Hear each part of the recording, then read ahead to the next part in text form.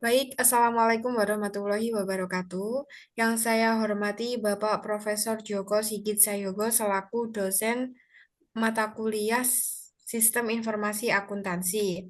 Nah, pada kesempatan kali ini saya beserta rekan-rekan saya ingin mempresentasikan materi sistem pengendalian internal. Sebelum itu dimulai, izinkan saya untuk memperkenalkan anggota kelompok saya. Yang pertama ada Utarina Lurita dengan akhiran NIM 097. Kemudian ada Bella Widya Geriananda dengan akhiran NIM 099. Kemudian ada saya sendiri dengan akhiran NIM 107. Ika Yuni, dan kemudian ada Rerista Dea dengan akhiran NIM 115, dan kemudian ada Deva Eka Afisa dengan akhiran NIM 118. Nah, sebelum memasuki materi, izinkan saya untuk memberikan penjelasan sedikit. Berdasarkan informasi yang diberikan pada awalnya, sebuah perusahaan hanya sebuah industri konveksi rumahan milik perorangan yang berkembang secara grosiran. Nah, dia itu berkembang menjadi grosir. Nah, pada mulanya perusahaan ini hanya mengandalkan pada aspek tenaga kerja, keluarga, dan karyawan upah untuk proses produksi penjualan. Namun, seiring dengan berjalannya waktu, ternyata perusahaan menyadari bahwa hal ini tidak efisien dan kemudian mencoba untuk mengevaluasinya. Selanjutnya, dilanjutkan oleh rekan saya. Baik, lingkungan pengendalian.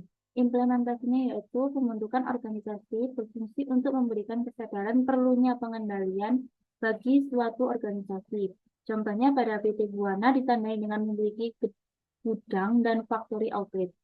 Jenis pengendalian internal. Yang pertama, mengompensasi aktivitas kontrol dan pengendalian internal berupa aktivitas direktif dan kontrol korektif. Lingkungan pengendalian merupakan pembentukan organisasi yang berfungsi untuk memberikan kesadaran perlunya pengendalian bagi suatu organisasi. Dari contoh, kasus PT Buana diketahui bahwa perusahaan telah melakukan penerapan lingkungan pengendalian yang baik dan benar.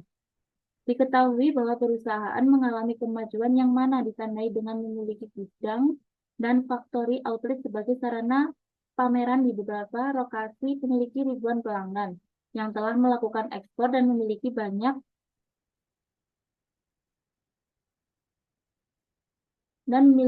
prospek kemajuan ke depannya.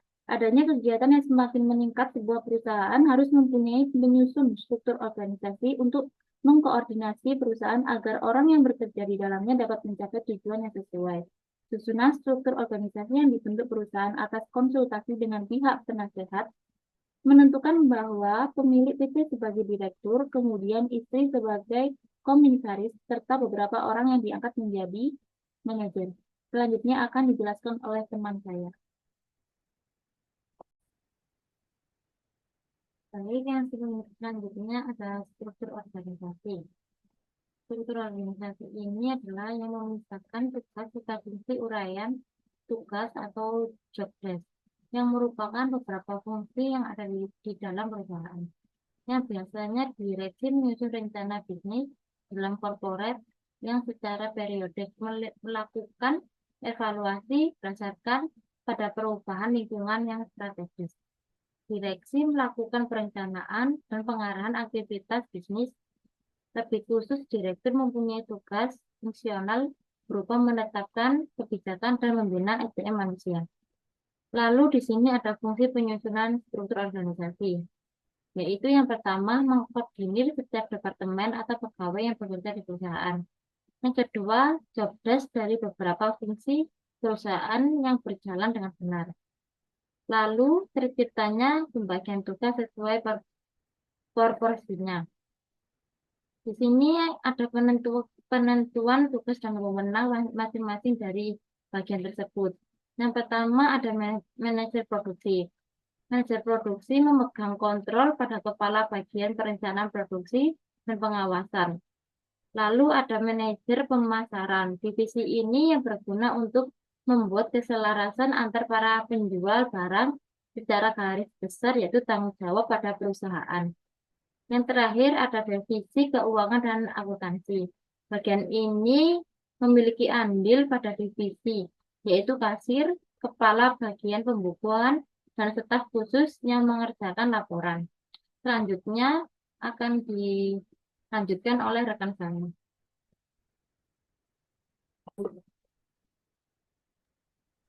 Baik, selanjutnya ini ada bagian PT Bu Ani sempat disinggung oleh Mbak Derista, yang mana pada posisi direktur ini ditempati oleh pemilik perusahaan, kemudian sang istri direkrut menjadi komisaris, dan kemudian pendiri ini merekrut beberapa orang yang ditugaskan untuk menjabat sebagai manajemen produksi, manajer pemasaran, dan divisi keuangan akuntan. Nah, pada manajemen produksi ini terdapat bagian-bagiannya masing-masing, yang mana terdapat bagian production planning and control, kepala bagian produksi, kepala bagian gudang dan pengiriman, serta kepala bagian desain produk. Nah, pada intinya manajemen produksi ini menjadi kepala dan membawahi beberapa departemen-departemen berikut. Selanjutnya dilanjutkan oleh rekan saya.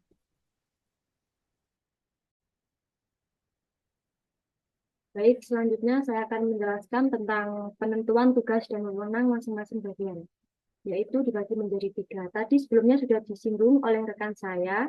Yang pertama ada manajer produksi, yaitu memegang kontrol pada kepala bagian perencanaan produksi dan pengawasan, kepala bagian gudang beserta pengiriman, kepala bagian desain produk, kepala bagian EDP. Dan manajer produksi ini dikatakan cukup maju dikarenakan memiliki komputer mainframe yang mendukung kegiatan operasional. Komputer yang ada pada divisi ini berguna untuk mengelola data penjualan, misalnya pada data sales order untuk penjualan, data riset pemasaran, data lembaga publik. Tanggung jawab divisi ini secara garis besar yaitu menyusun produksi penjualan yang akan dilakukan, melakukan penjualan sesuai dengan kesepakatan, perencanaan pengelolaan bahan baku menjadi bahan jadi, dan yang paling penting yaitu mengarahkan dan memotivator serta mengevaluasi proses produksi. Dan selanjutnya ada manajer pemasaran. Dan divisi ini berguna untuk membuat keselarasan antar para penjual barang. Secara garis besar, tanggung jawab pada perusahaan ini yaitu memfasilitasi dan mengkoordinir para salesman ataupun yang berhubungan dengan kinerja keuangan. Selanjutnya, menyusun rencana kerja dengan pihak Departemen Produksi untuk menentukan strategi yang digunakan, mengusulkan hal-hal yang berkaitan dalam hal peningkatan penjualan perusahaan baik secara kualitatif maupun kuantitatif. Baik, yang terakhir di sini ada divisi keuangan dan akuntansi. Bagian yang andil pada divisi ini yaitu ada kasir, kepala bagian pembukuan, dan staf khusus mengerjakan laporan. Divisi bertanggung jawab atas pengelolaan kas perusahaan, melakukan fungsi pencatatan untuk menyusun laporan keuangan. Dalam penyusunan laporan keuangan ini harus menerapkan sistem yang auditable dan accountable sesuai dengan standar akuntansi keuangan, menyajikan laporan keuangan sesuai dengan pedoman administrasi, serta melakukan pengawasan dan pelaksanaan anggaran perusahaan, dan juga melakukan penyusunan strategi dan juga administrasi perpajakan. Dan pada divisi ini dilengkapi dengan komputer yang memadai dengan fitur yang dapat melakukan data elektronik secara batch processing system untuk menghasilkan laporan keuangan atau financial report beserta pengkajian. Pada sistem komputerisasi didesain secara outsourcing dan dioperasikan oleh petugas di bidang akuntansi dengan pelatihan sebagai operator. Implementasi dari komputerisasi yang ada yaitu ada accounting package software. Di divisi ini dapat dikatakan bahwa sebelumnya tidak memiliki sistem.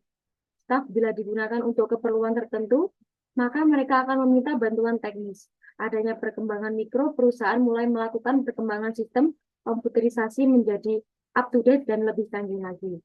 Selanjutnya akan dilanjutkan oleh rekan saya.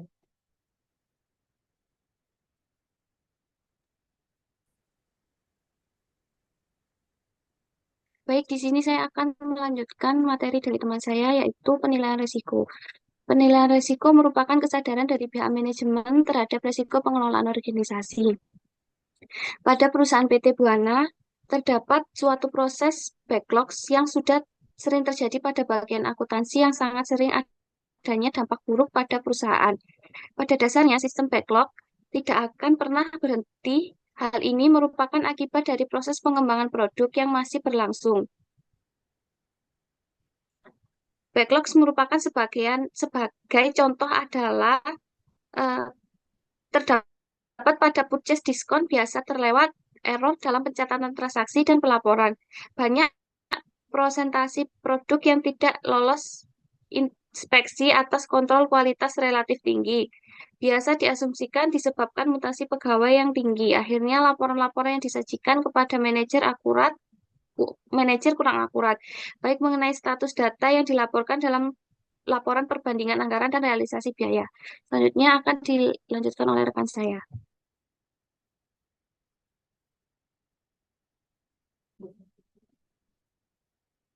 Informasi dan komunikasi.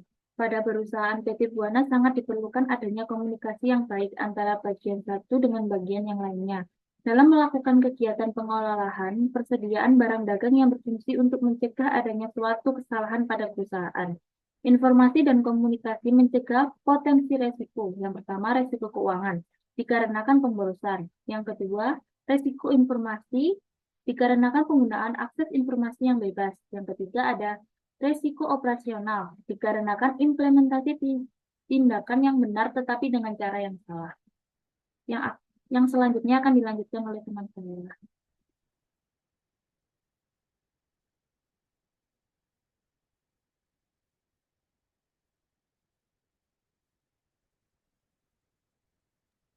Baik, saya akan melanjutkan presentasinya tentang pengawasan. Pada PT Buana, pengawasan memiliki kebijakan yang terkait pengendalian persediaan pada barang dagang. Dan pengawasan oleh perusahaan ini dilaksanakan oleh tim sistem pengendalian internal atau biasa disebut dengan SPI yang biasa dilaksanakan pada setiap hari. Dalam melaksanakan SPI akan dilakukan suatu pengecekan yang berhubungan dengan persediaan barang maupun keuangan lainnya. Selanjutnya akan dilanjutkan oleh teman saya.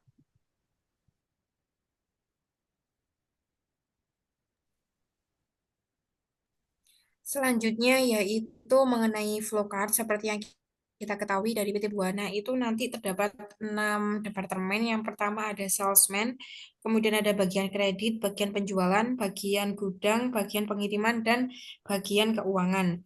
Nah, itu semua, transaksi semua itu diawali dari salesman.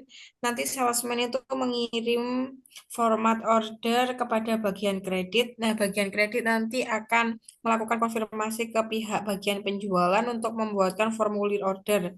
Nah, formulir order ini kemudian ditransfer ke gudang dan dibuat dengan beberapa rangkap, kemudian diarsip secara permanen. Nah, dari bagian gudang ini kemudian dilanjutkan ke bagian pengiriman untuk delivery order, kemudian mengecek kepersediaan dan mengirimkan barangnya ke konsumen. Nah, setelah mengirimkan barang ke konsumen ini,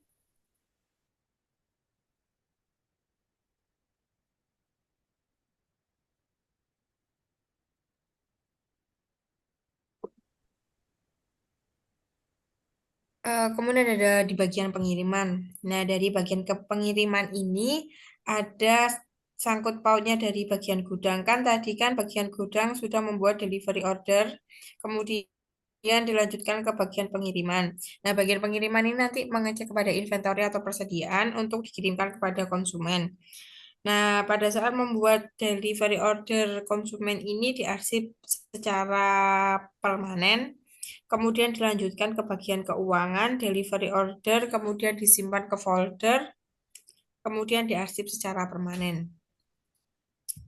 Pada dasarnya, menurut pemahaman yang kami pahami, sebagus apapun sistem pengendalian internal atau SPI hanya mampu memberikan jaminan yang memadai yang bukan jaminan mutlak kepada manajemen Dewan Komisaris mengenai permintaan tujuan organisasi. Menurut Joso, menyimpulkan bahwa semua SPI memiliki risiko bawaan. Oleh karena itu, berikan jaminan memadai, bukan jaminan yang terhadap penjualan kepada tujuan organisasi. Sekian presentasi dari kami. Mohon maaf jika terdapat kekurangan dan mohon koreksi juga dari Bapak. Terima kasih. Wassalamualaikum warahmatullahi wabarakatuh.